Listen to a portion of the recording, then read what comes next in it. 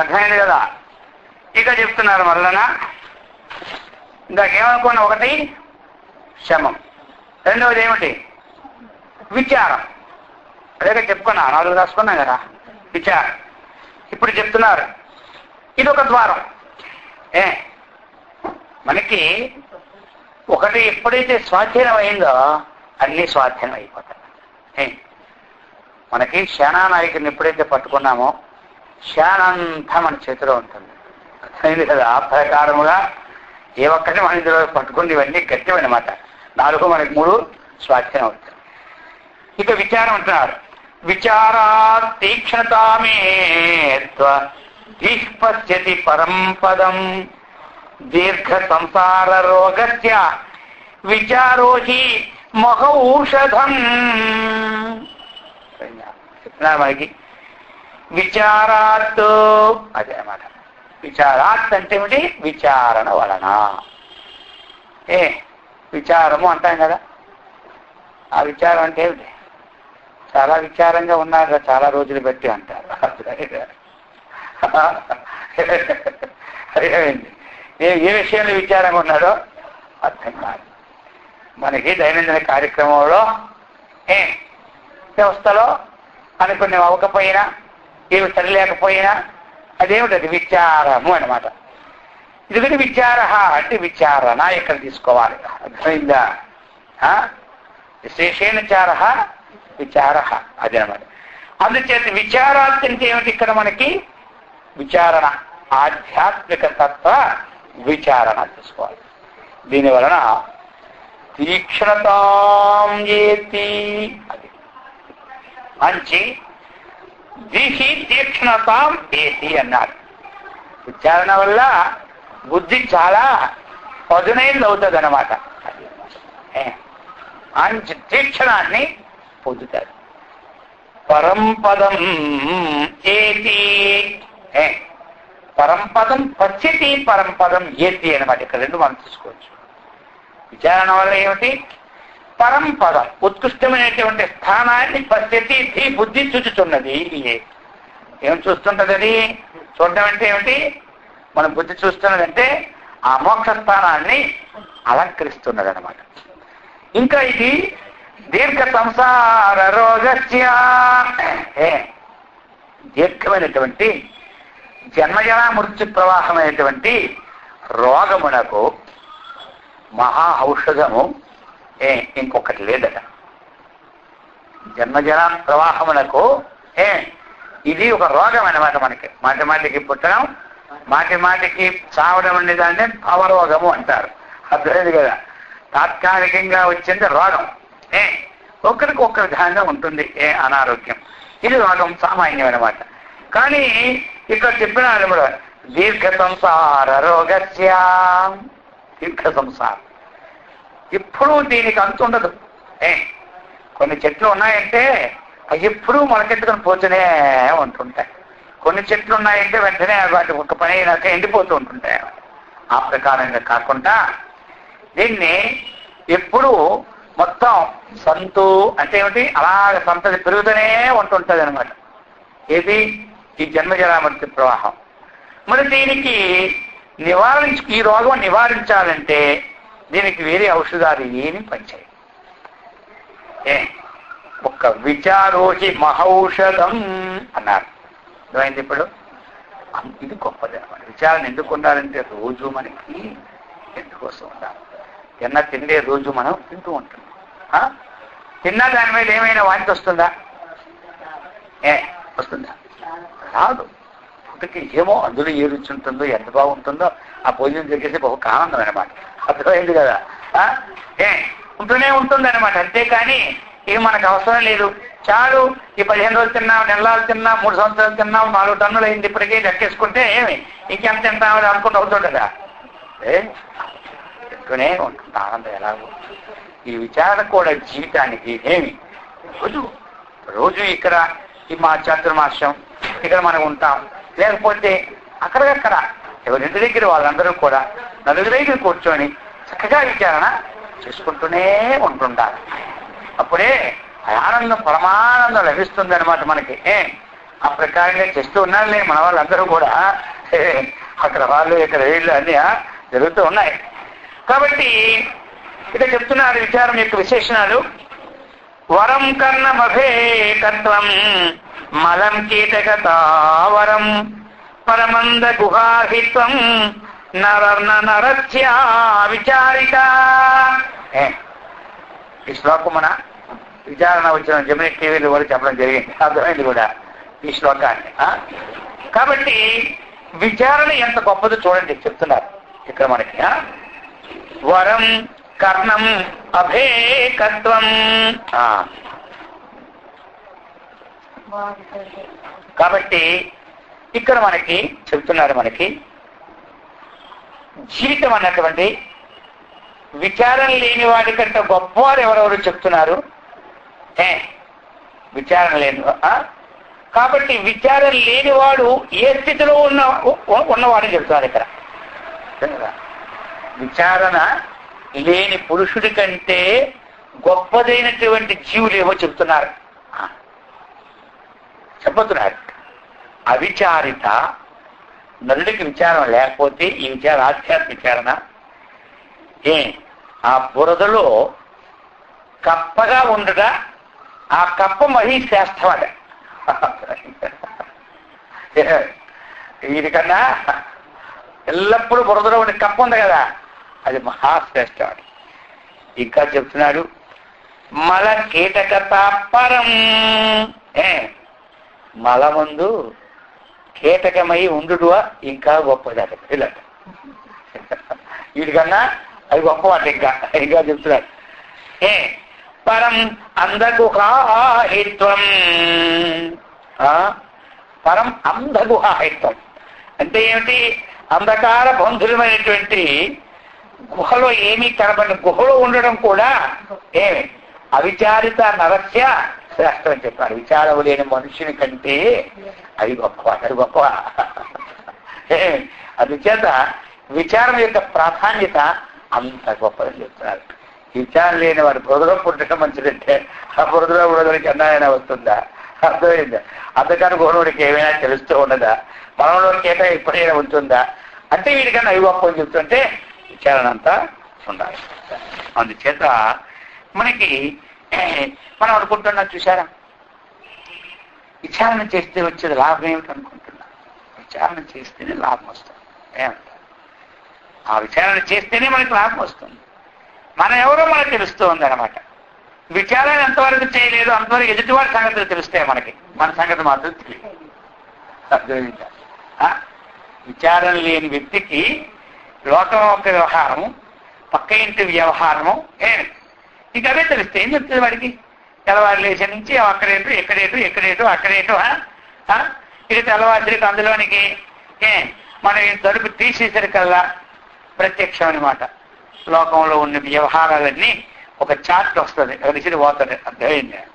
ఇక ఆ విచారణ సరిపోతుంది. ఆ విచారణ అందరూ చెప్పలేదు. ఆ విచారణతోనే ఉంటే ఎన్నాళ్ళు ఆ విచారణ అయినా అది లౌకిక వ్యవహార విషయమే కానీ ఆధ్యాత్మ విచారణ కాదు.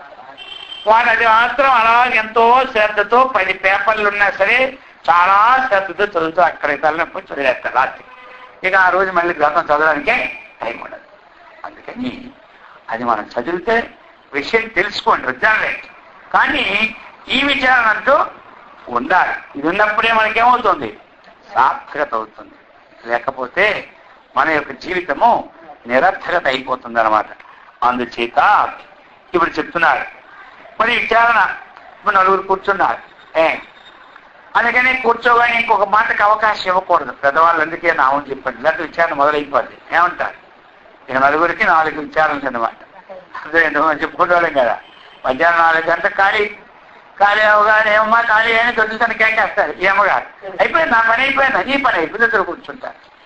ఎదురు కూర్చుంటే ఆయమ్మ ఏమో చెప్పడం ప్రారంభించేసింది. ఆయమ్మ విన్నారు. విడిపోయి ఏం చెప్పింది? వాళ్ళ కోడలు చేసినటువంటి పరిస్థితులన్నీ ఈవిడితో చెప్పింది అనమాట. అది ఇంకేమి లేదు. 4 ప్రారంభిస్తే 5:30 అయిపోయింది. ఇంక మెట్రోలు వస్తారు, ఇంటికి పోవాలి. అమ్మ ఇంటికి పోతాను, నేను చెప్పిందల్లా విన్నావా అన్నది. నేనేమీ వినలేదన్న. ఎందుకని వినలేదు? నువ్వు ఎప్పుడు అడిగితే అప్పుడు మా కోళ్ళ సంగతి చెప్పాలనే తహతహలు కానీ నువ్వు చెప్పిన మాట మీద నాకు దృష్టి లేదన్న. అయితే మీ కోళ్ళని దేవుడు చెప్పుకోండి, ఇది విచారణ. అందుకని ఇది విచారణే. ఈ విచారణ లేదా వస్తుందా? పుణ్యమా పురుషార్థమా? ఆ కోడల్లో ఉన్న పాపం ఏదుందో ఆ పాపం చెప్పుకున్నప్పుడు పోతుంది ఆవిడ పాపం, అంతే. అర్థమైందా? మనం అంతసేపు ఆవిడని స్మరిస్తున్నామంటే, ఎంతసేపు రాముని స్మరిస్తుంటే ఆ రాముడు పాపం రామం వల్ల మనకు కలిగేది ఏమిటే పుణ్యం కలుగుతుంది. అలాగనే పాపం పోయినట్టుగా ఆ పాపాన్ని 10 మంది పంచుకోవడం మనం. ఈ అమ్మ సగం ఆ అమ్మ సగం. ఏమొచ్చింది అంటే విచారణ వల్ల పుణ్యం వచ్చింది, పాపం వచ్చింది అంటే ఏమొచ్చింది? ఇది వచ్చింది. అందుకోసం మనకది వద్దు. తప్పులు ఎన్నువారు తండోపతండంబులు ఉర్వి జనులకెల్లా ఉండు తప్పు, తప్పులు ఎన్నువారు తమ తప్పులు ఎరుగరయా విశ్వదాభిరామ వినురవేమ అన్నారు. అందుకని ఉంటాయి దోషాలు లేని వ్యక్తి ఎవరుంటారు చెప్పండి లోకంలో? ప్రతి వాళ్ళు ఏదో ఒక దోషం ఉంటూనే ఉంటుంటారు. దోషభూయిష్టమైనటువంటి సంసారమిక సముద్రంలో ఏదో ఒక అలా దోషంతో వస్తుంటారు. ఇక దాన్ని మనం ఏమి తెలుసుకొని తీసుకోవడానికి ప్రయత్నం చేసుకోవాలి. అయితే అలాగని చెప్పడానికి చెప్పాలి. పిల్లలు తప్పు చేశారనుకోండి, చెప్పకపోతే ఎలాగా? అలా మనం చెప్పాలి. చెప్పకుండా ఉండకూడదు. వీళ్ళు చెప్పకపోతే తప్పు ఎవరిదంటే మాట్లాడమాట వాళ్ళు చెప్పుకోవడానికి కారణం. ఉదయం చెప్పుకున్నాం కదా, ఆ పిల్లలు దొంగతనం చేస్తున్నప్పుడు ఏవో కూరగాయలు పూటకొచ్చి సంతోషపడి ఒక రోజుకి ఏమైపోయింది, ఊరి చక్షకు వచ్చేసింది. అందుకని చెప్పాలి. చెప్పకపోతే బాగుండదు అది. అందుకని ఈ ప్రకారముగా మరి విచారణ అంటే అవిచారణ కాదయ్యా. లోకంలో విచారణలు ఉంటూనే ఉంటుంటాయి. అది అంత తిరుగుతాగా. ఇప్పటికెప్పుడు ఏదో ఒక మన లోక వ్యవహారం విచారణ పెట్టుకున్నాం అనుకోండి, అది 10 ఏళ్ళైనా రోజు పేపర్లు వస్తూనే ఉంటుంటాయి. ఆ విచారణ అంత వేగం. ఎందుకంటే ప్రకృతి యొక్క సహజమది అదనమాట. ప్రకృతి అలా పోషం పడుతూనే ఉంటుంటాయి. సత్వగుణంతోనో రజోగుణంతోనో తమోగుణంతోనో త్రిగుణంతోనే అది ఎప్పుడు వ్యవహారం నడుస్తూనే ఉంటుంటాయి. అది ఆ వ్యవహారానికి దూరంగా ఉంటే గుణాతీతం అవుతాం మనము, లేకపోతే ఏమవుతారు? అందులో మనం చిక్కుపోతాం. అందుకని మరి విచారణ అన్నటువంటిది ఏ విధంగా చేసుకోవాలి మనము?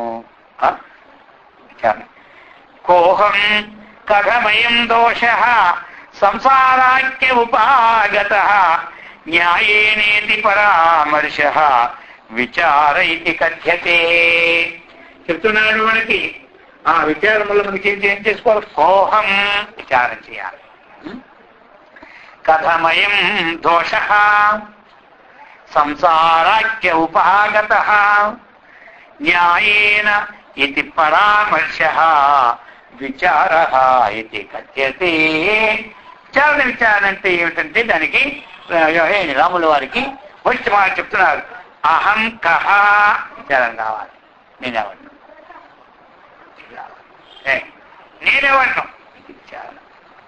దీన్ని మనం మహర్షుల వారు నేను ఎవరిను తెలుసుకోమన్నారు. అర్థమైందా? కోహం అహం కహ నేను ఎవరు. దాని గురించి చిన్న గ్రంథం కూడా ఆయన రాశాను. నేను ఎవరిన దానికే ఏమి చిన్న గ్రంథం రాసిపెట్టాను. ఇది ముందు నేను ఏమన్నాను తెలుసు. విచారణ ఇది అనమాట. నేను ఎప్పటి నుంచి ఉంటున్నాను? నేను ఎప్పటి నుంచి ఉంటాను? ఎప్పటి వరకు ఉంటాను నేను? మరి ఎప్పటి వరకు ఉంటాను స్వామి? ఇప్పటికే 40, 50, 60 అయిపోయింది. అది ఎప్పుడు పోతాం మనకేం తెలుస్తుంది అని అంటారు కొంతమంది. అర్థమైందా? ఇది పోతే పోయిందా? ఇది పోతే పోలే. ఈ శరీరం పోయినంత మాత్రంలో నేను పోలే, నేను ఏమున్నాను పోలే. ఇంకా మళ్ళీ నేను వస్తూనే శరీరం మనకు శరీరం తగిలించుకుంటూనే ఉంటాడు. ఈ ఊరి నుంచి ఉద్యోగం బదిలీ అయిపోయిందంటే ఇంకొక ఉద్యోగంలో ఆఫీసులో ఇంకోసారి అక్కడ కూర్చొనే ఉంటున్నాడు. ఈ రిటైర్ అయిపోయిన దాకా ఎన్ని దగ్గరలు మారుతాయో తెలియవు అనమాట. పెద్ద పెద్ద ఆఫీసులకైతే 3 సంవత్సరాలకు ఒకసారి మార్చేస్తారనమాట. 30 ఏళ్ళు 40 ఏళ్ళు డ్యూటీ ఉన్నాడు అనుకోండి, ఒక 20-15 దగ్గరికి పోతూనే ఉంటుండా. ఎక్కడికి పోయినా మారుతుందా డ్యూటీ? మారగానే ఈ శరీరం నేను ఎవరిను? ఎక్కడి నుంచి ఎప్పుడు నా స్వరూపం ఏమిటి? కోహం. అదే కదా అహం కహ అంటే ఏమిటి? అహం కోహం అహం కహ. ఈ ప్రశ్నకి మనకి సరిపోతుంది జన్మ. అర్థమైందా? ఏమిటి ఈ ఒక్క ప్రశ్నకి మన సమాధానం తెలుసుకుంటే వచ్చిన పని పూర్తి అయిపోయి. అది ఒక్క ప్రశ్న కోసం 100 సంవత్సరాలు ఏదైనా ఉందా? మేము పరీక్షలో ఒక దెబ్బకి 5 రోజుల్లో 50 ప్రశ్నలు రాసేస్తూ ఉంటుంటే ఒక్క ప్రశ్నకే అన్నారు. ఇప్పుడు అందరూ ధర్మరాజు గారికి పాఠాలు చెప్తూ ఉన్నారు. అందరూ చెప్పే సత్యం వద, ధర్మం చర, మాతృదేవోభవ, పితృదేవోభవ ఇవాళ చెప్తుంటే అందరూ పనిస్తూనే ఉన్నారు. ఈయనకి కూడా సత్యం వద అన్నారు. అందరూ చెప్పేస్తారు సత్యం వద, సత్యం సత్యం వద. ఈయన మాత్రం అన్న ఎవరు అయ్యా నువ్వు చెప్పు అంటాడు పక్క. సత్యం వద ఇది చెప్పమన్నాడు. ఈ నువ్వు చెప్తాడు. ఏమయ్యా పక్క వాళ్ళు అన్నిసార్లు మాట్లాడుతుంది, ఆ పాట మాట్లాడా అన్నాడు. ఎవరు? గురువుగా. అప్పుడు కోపం వచ్చి కొట్టేశాడు అనమాట ఎవరికి, ధర్మరాజుకి. అప్పుడు ఆయన అన్నారు, నేను అసత్యము ఆడకుండా జీవితంలో నడిచినప్పుడు కదా నేను సత్యమును పలుకమని చెప్పాలా ఆనాడు చెప్తాను అన్నాడు. ఎవరు? ఒక్కసారి ముఖం తిరిగిపోయింది ఎవరికి. ఏమిటా ఇది నేను ఎన్నాళ్ళు నాకే విషయం తెలియలేదు. నేను తెల్లవారితే 60 అబద్ధాలు ఆడుతూనే ఉంటుంటాను. చెప్పు స్కూల్లో సత్యమో సత్యం చెప్తూనే ఉంటాను. ఈ విషయం తిరిగి కొట్టేశాడు. ఎంత పాపిష్టి అనుకోండి ఎవరు? గురువుగా. అంటే పాఠం అమలు చెప్పమన్నాడు ఆయన. ఈయన స్వయం తన అనుష్ఠానం వచ్చిన బొమ్మ చెప్తాడు ఈయన. అది ఇది తేడా. మనం పాఠం అప్పుడు చెప్తూనే ఉంటా. ఏం పేరయ్యా? సత్యనారాయణ అంటాం, అంతే పేరు. అది కదా. తెల్లారి సాయంకాలం 66 అబద్ధాలు, అసత్యం మాటలు. పేరు మాత్రం సత్యనారాయణ. అర్థమైంది కదా. ఈ ప్రకారంగా కాదు అప్పుడు. అందుకని అది అనుష్ఠానం. కోపం ఎవరు? ఎక్కడి నుంచి వచ్చాను నేను? ఎక్కడికి పోవాలి? అర్థమైంది కదా. నేను ఎక్కడి నుంచి వచ్చాను? ఇప్పుడు ఈ విద్యమాన శరీరంతో ఎలా ఉన్నాను? మళ్ళీ నేను ఎక్కడికి పోవాలి? ఇది తీసుకోవాలమ్మా ప్రశ్న. అందరూ చెప్తారు అప్పుడు తెలియజేసుకోవాలి. మేమేమో సరత్నగర్ నుంచి వచ్చాం, వాళ్ళేమో వసంతాల నుంచి వచ్చాం, అమ్మగారేమో కళ్యాణం నుంచి వచ్చారు కదా. ఇలా మొత్తం అన్ని చెప్పేస్తాం లేదా మనం? అది కూడా మాకు తెలియదని చెప్పేస్తున్నారు స్వామి. మీరు ఎక్కడి నుంచి వచ్చామో మాకు తెలుసు, ఎక్కడికి వెళ్తాం మాకు తెలుసు. దానికోసం ఇచ్చారు ఎందుకు అంటే అక్కడి నుంచి వచ్చాం. మనం అందరం ఎక్కడి నుంచి వచ్చాం? ఎతో వా ఇమాని భూతాని జాయంతే ఏన జాతాని జీవంతి యత్ ప్రేత విసంవిసంతి తజ్జిజ్ఞాస తతు బ్రహ్మ. ఏమి మనం ఎక్కడి నుంచి వచ్చాం? అందరము ఎక్కడ దేని నుంచి సంస్థ పుట్టుచున్నదో, దేని వల్ల అభివృద్ధి నుంచున్నదో, దేనిలో లయమగుచున్నదో మనం ఆ స్థానం నుంచి వచ్చామన్నమాట. అదే సృష్టి పూర్వం ఏకమేవ ఆసీత్. ఏమి సృష్టికి పూర్వంలో ఏదైతే ఒకే ఒక వస్తువు ఉందో ఆ వస్తువే మనం. అర్థమైందా? ఆ వస్తువే మనం. ఆ వస్తువు యొక్క ఏమి సంకల్ప మాత్రం చేత మనం వచ్చినాం ఇక్కడికి. మనమందరము ఈ రూపంలో వచ్చినామన్నమాట. కాబట్టి కోపం ప్రశ్న అన్నమాట. నేనెవరిను అన్నటువంటి ప్రశ్న సామాన్యం. ఇంతకుముందు 3 ముక్కలు కూడా చెప్పేవాడిని మీకు. కోపం, నాహం, సోహం. అర్థమైంది కదా. కోపం అనే ప్రశ్నకి నాహం అని సమాధించుకోవాలి. నేను ఈ శరీరం కాదు, నేను ఇంద్రియములు కాదు, నేను ఏమి మనస్సు కాదు, నేను బుద్ధి కాదు, నేను ఈ పంచకోశములు కాదు, నేను అవస్థాత్రయము కాదు, నేను కారణత్రయ దేహము కాదు. అహం. మరి కావండి నేను సోహం. సోహం ఈ ప్రపంచమంతా వ్యాపకమైనటువంటి ఏ చైతన్యం అయితే ఉన్నదో నిత్య శుద్ధ బుద్ధ ముక్త స్వరూపము సచ్చిదానంద స్వరూపమైనటువంటిది అది అహం. కోహం అంటే ఎవరు నేనంటే సోహం అన్నటువంటిది. మరి రావాలంటే ఒకరు వచ్చేస్తారా? పట్టుకోవాలంటే ధర్మరాజు అంటే ఉంటుంది. ఆయన సమాధానం చెప్పడం నేను రోజును ఇంక మేతగా చూశారు. ఇది వాస్తవం, ఇది స్వానుష్ఠానం కానీ ఇది వాచ్యవేదాంతం కాదు. ఏమిటి ఆయన ఇంకెందుకు ఊరుకోండి ఎవరు గురువుగా. అందుకని ఇప్పుడు మనం ఇది రావాలి అంటే స్వానుష్ఠానం. స్వానుష్ఠానం ఉండవలసింది. అనుష్ఠానాత్ ఏమి పరం కార్యం త్రిశులోకేషు నకించన అన్నారు. అనుష్ఠానం కంటే పరం కార్యం మించినటువంటి పని, మించినటువంటి ఏది కూడా త్రిషు లోకేషు 3 కాలములలో ఎక్కడా లేనేది. అందుకని తన్ను తాను తెలుసుకోవడమే కష్టం. ఏమంటారు? మనం ఏమంటాం? అయ్యా వాడంతు చూస్తానంటాం కానీ మనంతు మాత్రం ఈ జన్మలో చూసుకోం. కొన్ని జన్మలైతే అయినా వాడంతు చూసేస్తాం అంటాం. వాడి కోసం జన్మ ఎత్తాలి మనం, చూస్తాం నమ్మకానికి. ముందు మనంతు చూసుకోవాలి. అర్థమైంది కదా? మనంతు చూసుకుంటే మోక్షం, వాడంతు చూసుకుంటే బంధం. ఇంతే. అర్థమైంది? బంధ మోక్షాలు బయట ఎక్కడా లేవు. వాడంతు చూడడానికి ప్రయత్నం చేస్తే బంధం అవుతుంది, మనంతు చూడడానికి చూస్తే మోక్షం అవుతుంది. అందుచేత ఇది చూసుకోవాలి. ప్రపంచమంతా ఏదైతే వ్యాపించి ఉన్నదో స్థావర జంగమాత్మకమానికి కూడా ప్రభు ఎవరో, శాసనకర్త ఎవరో, అధ్యక్షుడు ఎవరో చెప్పుకున్నాం కదా మనం. అనాది నిధనం, సర్వలోక మహేశ్వరం, లోకాధ్యక్షం, స్తోవన్నిత్యం, సర్వ దుఃఖాతిగో భవే. మనకు కావాల్సింది ఏమిటి ఇక్కడ? అనాది నిధనం, సర్వలోక మహేశ్వరం, లోకాధ్యక్షం. ఆ ప్రభు అనేవారు మనకి. అర్థమైందా? అది మనకంటే భిన్నంగా ఉందా? కాదు. అయింది కదా? అది మనకంటే భిన్నము కాదు.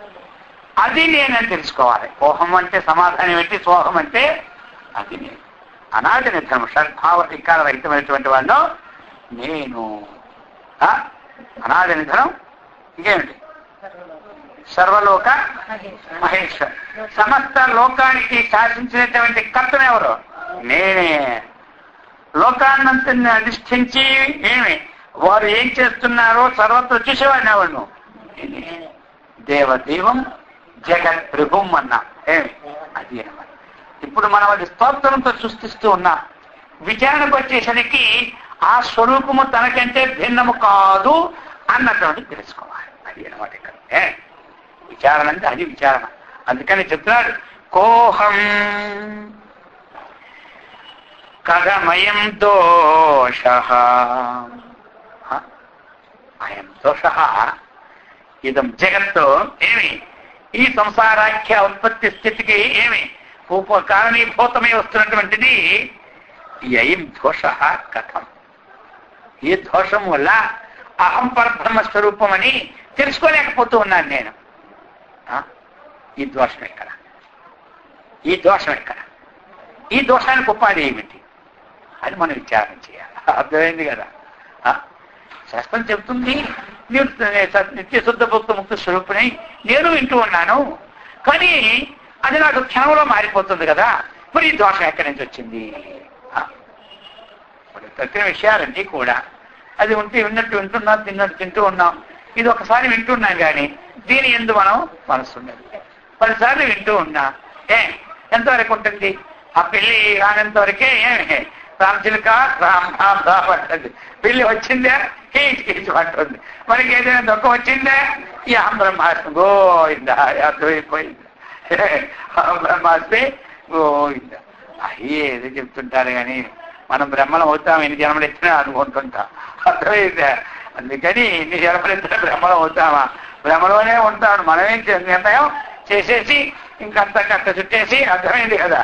అయ్యి అన్నాళ్ళు విచారిస్తే మన కష్టాలు ఏం పోయినాయి అంటారా? మనకేమిటంటే ముందు లాభం. ఏది విచారించినా మన కష్టాలు మనకి అన్ని పోతూ ఉంటుంటే అబ్బా అక్కడికి ఏది విచారణకి వెళ్ళిన తర్వాత అన్ని బాగానే ఉన్నాయండి మాకు. ఇది మొదలెడతారు. అన్ని బాగుండేది బాగులేకపోలేదు. విచారంలో బాగుంటుంది. ఎక్కడైనా విచారంలో బాగుంటాయి. అప్పుడు ఎలాగంటే వస్తుంది. ఇంతకుముందు మాకు ఇంట్లో ఉన్నటువంటి ఇబ్బందులు అప్పుడు ఉన్నాయి, ఇప్పుడు ఉన్నాయి ఇబ్బందులు. కానీ అప్పుడు ఈ ఇబ్బందులకి మాకేమిటంటే బీపీ పెరిగిపోయేది. అర్థమైందా? కాబట్టి ఇప్పుడు విచారణకి వెళ్ళిన తర్వాత మాత్రం ఒక్క డాక్టరే చూపెట్టుకున్న బీపీ ఇది మనకు లాభం వచ్చింది. అంతకుముందు విచారణ లేకపోయినప్పుడు ఆందోళన అయిపోయి మన తల్లకల్లోలం అయిపోయి మనకి తోచకుండా మూర్ఛ స్థితిలో ఉండేవాళ్ళం. ఇప్పుడు అవి ఇప్పుడు ఉంటూనే ఉంటాయి. ప్రారంభాలు వస్తూనే ఉంటుంటాయి. మరి విచారణ వల్ల కనబడింది ఏమిటి అంటే ఆ నష్ట కష్టాలు వచ్చినప్పటికీ ఉయ్యాల్లోనూ పిల్లలు ఊపినట్టుగా అందులో మనం డోలాయమానం కాకుండా ఏమంటారు వాటి నుండి మనము శిక్షణగా నా ఆహ్వానం. ఇప్పుడు దేవుడా ఎప్పుడు పొగుడుతావు అని ఇప్పుడు అంటున్నా. అప్పుడు రా ఎన్ని వస్తే ఏమిటి కదా నదీనాం సముద్రమేవాంభు అన్నారు. ఏ నదిలో ఎన్ని నదులు వచ్చినా సముద్రం వస్తూనే ఉన్నాయి. సముద్రం వచ్చిన అర్థం వచ్చింది కాబట్టి ఎన్ని వచ్చినా రా అంటాం. ఇప్పుడు మనం అర్థమైందా? విచారణ ఉన్నవాడు ఆహ్వానిస్తాడు, మరి భయమే ఉంటుంది. అందుచేత భయరహితం కావాలి అంటే ఏముండాలి మనకి? ఆ విచారణ అన్నటువంటిది ఏది ఉండాలి? తాను ఎవడో తెలుసుకొని విచారణ చేయాలి. మనకి ఇవన్నీ కూడా అప్పుడే కదా. ఇప్పుడు తనకే దుఃఖం ముందు వచ్చేది. తన దుఃఖం పోవాలంటే ఏమి ఇచ్చాడు? తన యొక్క విచారణే ఉండాలి. తన దుఃఖం పోవాలంటే తన విచారణే ఉండాలి. తన విచారణ ఉండి చేస్తే వాళ్ళందరూ కూడా ఋషులందరూ కూడా ఆ విధంగా విచారణ వాళ్ళు ఏది ఇచ్చిపెట్టారు చెప్పండి? కృష్ణాశ్రమంలోనే ఉన్నారు, చక్కగానే అనుభవించినారు, అన్ని విషయాలను చూసుకున్నారు, చక్కగా లోకంలో చరితార్థులు అయిపోయినారు. అందుచేత అది చెప్తున్నారన్నమాట. ఈ ప్రకారముగా ఈ జగత్ అనే దోషము ఎట్లు ఏతించినది? ఈ జగత్ అనే దోషము ఎట్లు ఏతించినది? కాబట్టి ఈ ప్రకారముగా పరామర్శ చేయాలి. ఈ ప్రకారంగా మనం పరామర్శ చేస్తాం. ఎవరైనా వెళ్ళారనుకోండి, అంతకి వాళ్ళు వచ్చినా, అమెరికా నుంచి వచ్చినా, మన ఇంట్లో వాళ్ళు పోయినా ఏం చేస్తాం? పరామర్శకి చేస్తూనే ఉంటాం. ఆ పరామర్శ మనకి ఉన్నదే. ఈ పరామర్శ కూడా చేసుకోవాలి. ఏమిటి? శాస్త్రవాక్యములు చెప్తున్నటువంటి దాన్ని పరామర్శ. తర్వాత ఆమర్శ, ఆసమంతాత్ మర్శమదనం. ఆ ఒక్క విషయాన్ని మాటి మాటికి మనశీలించడం అనమాట. వెళ్ళారు, ఇలా అయిపోయింది కదా, ఈ విధంగా పోయినారు, అది అంతరాత్రికి ఎందుకు పోయినారు, ఇవన్నీ పరామర్శ అనమాట. అది జరిగిపోయినవన్నీ కూడా మళ్ళీ ఒక్కసారి రిపీట్ చేసుకోవడం అనమాట. అర్థమైంది కదా ఇవన్నీ. కాబట్టి ఆ పరామర్శ ఇక్కడ ఏం చెప్పినారు? పరామర్శ ఏదైతే గురువాదులు మనకు చెప్పినారు, ఏదైతే శాస్త్రం చెప్పారో మళ్ళీ దాన్ని మనం ఏం చేయాలి? పరామర్శ చేసుకోవాలి. ఇప్పుడు జరిగింది జరిగితే కదా, జరిగిందని దాని కదా పరామర్శ అంటారు. ఏంట్రా నా మీద నువ్వు రోజు పరామర్శ చేస్తున్నావు అంటారు. అది మళ్ళీ అదేమైంది? ఎప్పుడో జరిగిపోయిన విషయం జరిగిపోయింది, నువ్వు తెల్లవారు అదే చేస్తావా, నీ సంగతి చూస్తాను అంటారు మళ్ళీ. ఎందుకంటే వాడు జరిగిపోయిన విషయమే వాడిని పరామర్శ చేస్తే మళ్ళీ లోకంలో నేను తప్పు చేసిన వాళ్ళని అనిపించుకుంటాను, అవమానం వస్తుందని వాడికి కోపం చేయాలి. అర్థమైందా? అలాగనే ఇక్కడ మనం ఏం చేయాలి? పరామర్శ చేసుకోవాలి. విన్నది మనము అది చదివింది ఏం చేయాలి? పరామర్శ. దీన్ని ఏమన్నారు? విచారం అన్నారు. ఏమన్నారు? విచారము చెప్పినారు. కాబట్టి ఇక ఈ విచారం ఒక శ్లోకం చెప్పి ముగించేద్దాం. అయిపోయింది ఇంత విచారం. విచారాధ్యాయతే తత్వం తత్వాద్విశ్రాంతిరాత్మని అతో మనసితా శాంతవ్యం సర్వదుఃఖ పరిక్షయ. ఈ విచారణ చేశాం మనం. ఈ విచారణ వల్ల మనకు వచ్చే లాభం ఏమిటని చెప్తున్నారు?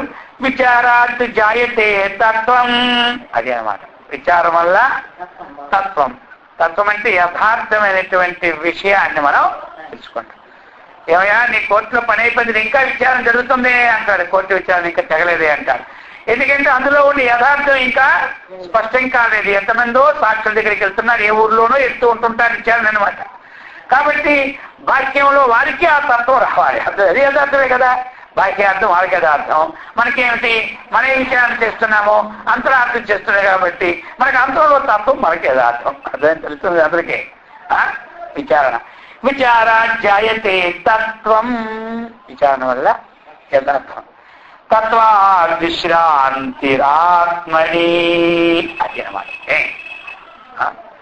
ఈ తత్వాత్తు ఈ యథార్థం వలన విశ్రాంతి, మనకి చక్కని ఆరామం కలుగుతుంది అన్నమాట. ఆ పరమాత్మ ఎందు ఐక్యస్థితి అయినటువంటి ఒక విశ్రాంతి అన్నమాట. ఏమైందా? లేకపోతే మనస్సు ఎప్పుడు చలనంతోనే ఉంటుంది. బుద్ధి ఎప్పుడూ కూడా నిశ్చయించినటువంటి నిశ్చయాన్ని మళ్ళీ పరివర్తన చేసి, అయ్యో నేను తెలియక నిశ్చయం తీసుకున్నాను, నేను తెలియక నిర్ణయం చేశాను మళ్ళీ అనుకుంటావా లేదా? ఆ నిర్ణయం తీసుకోవడంలో చాలా నష్టం అయిపోయింది. ఎక్కువ నిర్ణయం తీసుకోవాలని బుద్ధి నిర్ణయం తీసుకుంటారు. కాబట్టి ఇలాంటివన్నీ కూడా లేకుండా యథార్థంతో మళ్ళా నిర్ణయానికి అవకాశం లేకుండా విశ్రాంతిని తీసుకుంటారు. మరి విశ్రాంతి అవసరం కదా. అందుకని లోపల విశ్రాంతి ఎప్పటి నుంచో ఇంద్రియాలన్నీ హాయిగా ఉంటాయి, సౌష్టంగా ఉంటాయి. అందుకే విశ్రాంతి లభిస్తున్నారు. అతో మనసి శాంతత్వం. ఇక మనస్సుకి శాంతం వచ్చేసింది. మనస్సు ఏమైపోయింది? ప్రశాంతం వచ్చేసింది అనమాట, ఇంకేమీ లేదు. మనస్సు ఎప్పుడు ప్రశాంతం ఉందో అశాంతస్య ఏం చెప్పినాడు? అశాంతస్య శాంతి లేని వారికి సుఖం లేదు, ప్రశాంతస్య సుఖం భవతి. అశాంతస్య కృత సుఖం ప్రశాంతస్య సుఖం భవేత్ అన్నాడు. అర్థమైంది కదా? అందుకని ప్రశాంతం, అటువంటి అతని మనసి శాంతత్వం అది వస్తే లాభం. సర్వదుఃఖ పరిక్షయ అనేశారు. సమస్త దుఃఖాలు కూడా నాశనం. అందువలన రామ, ఈ విచారణ వల్ల కూడా నీకు ఇది మోక్షానికి ఒక ద్వారం అయ్యా. దీని అంతా కూడా పో. అర్థమైంది కదా?